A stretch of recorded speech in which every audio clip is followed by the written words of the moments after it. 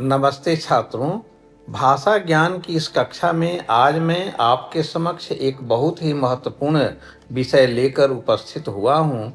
विषय है कि टवर्ग के अंतर्गत, टवर्ग मतलब ट ठ ड ढ न, हम लोग जो पढ़ते हैं तो उसमें जो दो वर्ण आया है ड और ढ, तो कहीं कहीं ड के नीचे बिंदु और ढ के नीचे बिंदु भी दिया जाता है और उसको हम ड से अलग अड़ पढ़ते, जैसे घोड़ा, सीढ़ी, ढोलक, डमरू।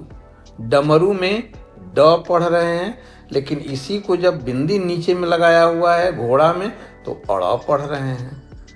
ढोलक में ढ पढ़ रहे हैं, जबकि यही ढ बिंदी युक्त है। सीढ़ी में तो सीढ़ी पढ़ रहे हैं, सीढ़ी नहीं पढ़ रहे हैं।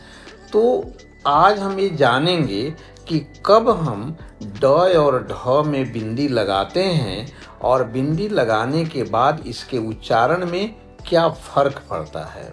वर्ण विचार के अंतर्गत जब आपको मैं बताया होगा या कहीं आप पढ़े होंगे कि अड़ और ढ को आजकल द्विगुण व्यंजन के अंतर्गत अलग से गिना जा रहा है।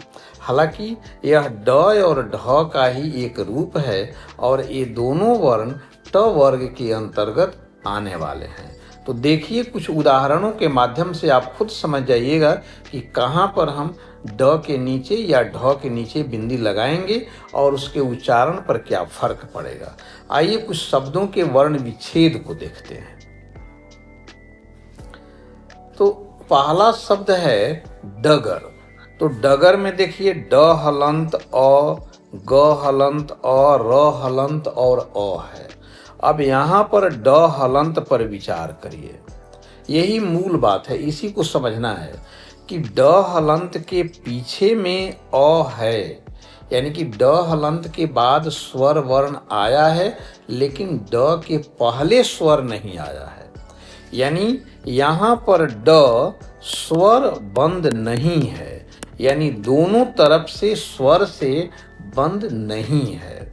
और जब ड स्वर बंद नहीं है तब इसका उच्चारण हम ड करते हैं और इसके नीचे बिंदी नहीं देते हैं। और जैसा कि यहाँ उदाहरण में डगर पढ़ते हैं, डगर।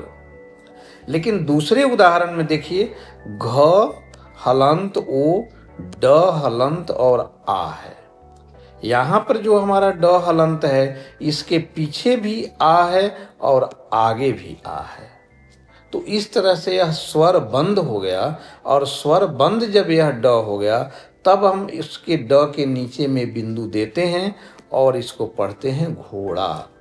घोड़ा नहीं पढ़ते हैं, घोड़ा। यह ड अड़ में बदल गया है और कारण यही है कि दोनों तरफ अ है, मतलब कि यह स्वर बंद है। स्वर बंद होने के चलते इसके नीचे में एक बिंदी लगाया गया और इसके उच्चारण में अंतर हो गया। ढ के साथ भी यही होता है। अगर ढ स्वर बंद है तो ढ के नीचे बिंदी लगेगी, और अगर ढ स्वर बंद नहीं है यानी उसके आगे और पीछे दोनों तरफ स्वर नहीं है तब ढ ही लिखेंगे और उच्चारण भी ढ करेंगे, बिंदी नहीं देंगे। उदाहरण में ढोलक में देखिए ढ हलंत और ओ है, तो ढ के बाद ओ है लेकिन ढ के पहले ओ नहीं है और इसलिए यहाँ जो शब्द बना है ढोलक तो ढ के नीचे में बिंदी नहीं दिया हुआ है और पढ़ते भी ढ है। लेकिन जब सीढ़ी शब्द है तो यहाँ पर देखिए ड है, अब बाद में दीर्घ ई है और पहले भी दीर्घ ई है, यानी कि यहाँ पर ढ स्वर बंद है और इसलिए जब हम इससे शब्द बनाएंगे तो ढ के नीचे बिंदी देंगे और पढ़ेंगे भी, उच्चारण भी करेंगे तो सीढ़ी न पढ़ करके सीढ़ी पढ़ेंगे।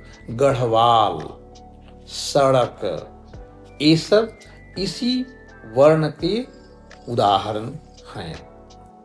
अब एक संयुक्त वर्ण को भी देखते हैं, जैसे ग हलंत है, ऊ है, फिर ड हलंत है, फिर ड हलंत है और ऊ है।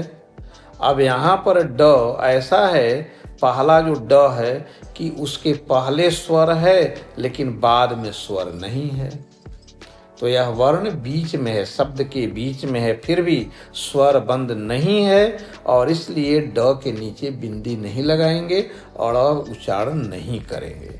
इसी तरह से जो दूसरा ड है उसका भी वही हाल है, बाद में तो स्वर है लेकिन उसके पहले स्वर नहीं है, यानी कि दोनों में से कोई भी ड स्वर बंद नहीं है, इसलिए ड के नीचे बिंदी नहीं लगेगी और अड़ उच्चारण भी नहीं करेंगे, ड उच्चारण करेंगे और शब्द जो बनता है उसको हम पढ़ते हैं गुड्डू।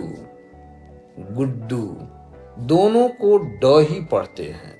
तो उम्मीद है कि स्वर बंद कहाँ है कहाँ नहीं है इसको आप अच्छे से पहचान ले सकते हैं और कहाँ पर ड के नीचे में बिंदी लगेगी, कहाँ पर ढ के नीचे में बिंदी लगेगी, कहाँ नहीं लगेगी, ये आप अच्छे से समझ लेंगे और इसके परिणाम स्वरूप इसके उच्चारण में जो परिवर्तन होगा वो भी आप भली भांति जान गए होंगे।